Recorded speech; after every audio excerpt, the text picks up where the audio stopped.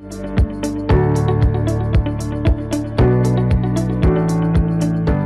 pemirsa setia VBiz News, jumpa dengan saya Alfred Pakasi dalam program VBiz News Market Review and Outlook untuk periode 20 sampai dengan 24 Juli 2020. Kenaikan kasus virus versus ekspektasi prospek pemulihan.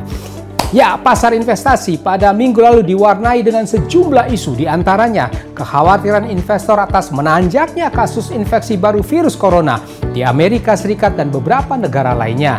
Kemudian meningkatnya tensi panas antara Amerika dan China terkait pasar modal, Laut Cina Selatan, Hong Kong, dan terakhir travel ban. Ekspektasi pasar digelontorkannya dana stimulus besar untuk pemulihan ekonomi seperti di kawasan Eropa juga mempengaruhi pasar. Lalu harapan terhadap kemajuan pengembangan vaksin dan pengobatan virus corona. Ya, pasar saham dunia umumnya kembali bergerak variatif dengan bias menguat. Permintaan safe haven terakhir minggu naik lagi dan menopang terutama kenaikan lanjutan harga emas. Untuk minggu berikutnya, isu antara perkembangan penyebaran wabah virus corona, prospek pemulihan ekonomi, dan tensi AS-China ini akan kembali mewarnai pergerakan pasar. Seperti apa dinamika pasar hari-hari ini? Berikut detail dari VBiz News Market Review and Outlook periode 20 sampai dengan 24 Juli 2020. Ya, pasar modal Indonesia IHSG pada minggu lalu melanjutkan penguatannya, menguat 0,97% secara mingguannya ke level 5.079. Ini merupakan penguatan 3 minggu berturut-turut. Pasar menyambut positif antara terhadap pemangkasan suku bunga acuan BI ke level 4%. Walau masih pergerakannya di sekitar area konsolidasinya di atas level sedikit 5 ribuan. Untuk IHSG berikutnya kemungkinan masih melanjutkan rally 3 minggunya ini ke level 5.100-an. Sementara itu mata uang rupiah pada minggu lalu melemah, terkoreksi cukup tajam 1,88% secara mingguannya ke level 14.707 rupiah per US dollar. Ini merupakan pelemahan ke level sekitar 7 minggu terendahnya. Sebagian pasar mengkhawatirkan nampaknya prospek pelambatan ekonomi dan kenaikan kasus baru virus corona di dalam negeri. Untuk minggu depan, tekanan pelemahan bagi rupiah ini masih ada. Ya, pemirsa setia VBiz News, rapat Dewan Gubernur Bank Indonesia pada 15 dan 16 Juli 2020 yang lalu telah memutuskan untuk menurunkan BI 7-day reverse repo rate sebesar 25 basis point ke level 4%. Kemudian juga diturunkan suku bunga deposit facility sebesar 25 basis point menjadi 3,25%. Juga suku bunga lending facility sebesar 25 basis point turun menjadi 4,75%. Gubernur Bank Indonesia Peri Warjio menyatakan keputusan ini konsisten dengan perakiran inflasi yang tetap rendah, stabilitas eksternal yang terjaga, dan sebagai langkah lanjutan untuk mendorong pemulihan ekonomi di masa pandemi COVID-19 ini. Selanjutnya, Bank Indonesia juga menyampaikan sejumlah hal. Kita perhatikan di antaranya, kontraksi perekonomian global terus berlanjut dan pemulihan ekonomi dunia terlihat lebih lama dari perakiran sebelumnya. Ini terpengaruh dengan penyebaran COVID-19 yang meningkat di beberapa negara seperti di Amerika Serikat, Brasil, India yang mempengaruhi perkembangan pemulihan ekonomi ini.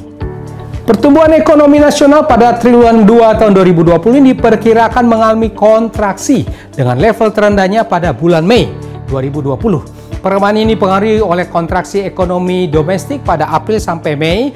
Ini sejalan dengan dampak kebijakan PSBB. Selanjutnya dinyatakan ketahanan sektor eksternal ekonomi Indonesia tetap baik.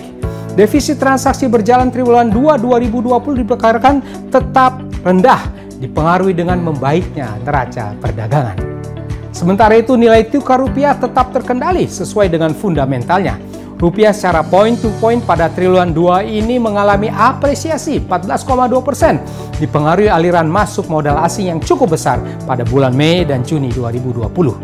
Sedangkan inflasi dinyatakan tetap rendah dan mendukung stabilitas perekonomian dengan inflasi indeks harga konsumen Juni 2020 diperkirakan atau tercatat 1,96% year on year-nya, menurun dibandingkan dengan inflasi bulan sebelumnya. Ya, kita beralih ke pasar forex. Mata uang US dollar pada minggu lalu kembali masih tertekan di minggu keempatnya. ini terpengaruh oleh penguatan euro ke posisi 4 bulan tertingginya karena harapan pasar akan diluncurkannya stimulus dana untuk pemulihan kawasan Eropa. Kemudian juga terpengaruh berita kemajuan pengembangan vaksin virus corona, walaupun pergerakannya sempat ditahan kekhawatiran investor atas rekor baru kasus virus corona di Amerika ini. Ya, US Dollar Index terpantau melemah ke level 96.01, sementara Euro Dollar menguat tajam ke level 1.1425. Pound sterling melemah ke level 1.2563 dan dolar yen menguat ke level 107.01. Untuk selanjutnya US Dollar ini nampaknya akan berupaya untuk bisa rebound kembali. Ya, bursa saham Asia pada minggu lalu variatif. Ini digoyang antara memanjangnya ketegangan antara AS dan Cina dengan harapan atas kemajuan pengembangan vaksin virus corona dari Wuhan ini. Terpantau indeks Nikkei menguat ke level 22.696, indeks Hang Seng melemah ke level 25.089. Untuk selanjutnya minggu depan pasar nampaknya akan hati-hati memonitor perkembangan virus ini dan kemudian tensi antara Amerika Serikat dan China. Ya, bursa saham Amerika Wall Street pada minggu lalu menguat. Ini terdorong oleh berita positifnya pengembangan vaksin virus corona, walaupun agak tertahan dengan melonjaknya dalam rekor kasus baru infeksi virus corona di Amerika Serikat.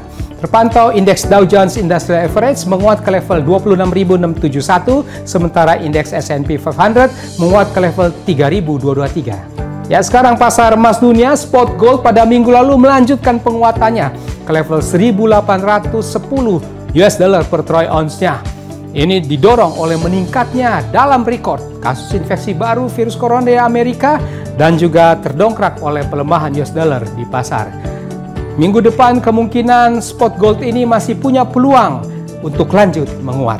Ya, demikian bersama setia Fibis News, kita sudah membahas bersama Fibis News Market Review and Outlook untuk periode 20 sampai dengan 24 Juli 2020. Ya, saya di sini Alfred Pakasi, mohon diri sejenak. Ya, tentu kita akan bertemu kembali. Stay safe, stay healthy. Salam Fibis.